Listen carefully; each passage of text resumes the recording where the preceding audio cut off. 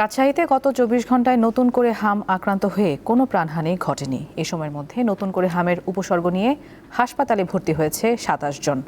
চিকিৎসা নিয়ে সুস্থ হয়ে বাড়ি ফিরেছে ৯ জন। এই মুহূর্তে চিকিৎসাধীন রয়েছে ১৫৪ জন।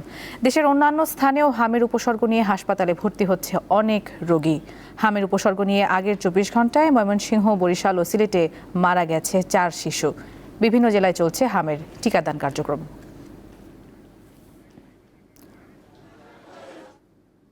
দর্শক, এবারে হামের সর্বশেষ পরিস্থিতি নিয়ে যুক্ত হচ্ছেন সহকর্মী ইউসুফ আদনান। তিনি রয়েছেন রাজশাহীতে।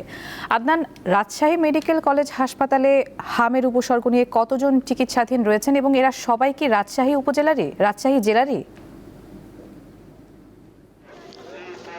হ্যাঁ নুসরাত, রাজশাহী মেডিকেল কলেজ হাসপাতাল উত্তরবঙ্গের মধ্যে সবচেয়ে একটি বড় হাসপাতাল। এখানে উত্তরবঙ্গের সকল জেলার রোগীরা আসলে চিকিৎসা নিয়ে থাকেন এবং এই মুহূর্তে আমি রয়েছি রাজশাহী মেডিকেল কলেজ হাসপাতালের সামনে এবং গত ২৪ ঘন্টায় রাজশাহী মেডিকেল কলেজ হাসপাতালে হামের উপসর্গ এবং আক্রান্ত নিয়ে মোট ২৭ জন রোগী ভর্তি হয়েছেন এবং গত ২৪ ঘন্টায় ছুটি নিয়ে বাড়ি গিয়েছেন ৯ জন রোগী এবং এই গত ২৪ ঘন্টায় এখন পর্যন্ত একজন রোগীও আসলে মৃত্যুবরণ করেনি এবং বর্তমানে রাজশাহী মেডিকেল কলেজ হাসপাতালে হামের উপসর্গ আক্রান্ত নিয়ে মোট ১৫৪ জন রোগী চিকিৎসাধীন রয়েছেন এবং এই চলতি বছরে রাজশাহী মেডিকেল কলেজ হাসপাতালে মোট হামের আক্রান্ত উপসর্গ নিয়ে ৫৩৫ জন রোগী চিকিৎসা নিয়েছেন এবং এখন পর্যন্ত মোট আক্রান্ত উপসর্গ নিয়ে মোট ৫৪ জন ৪৮ জন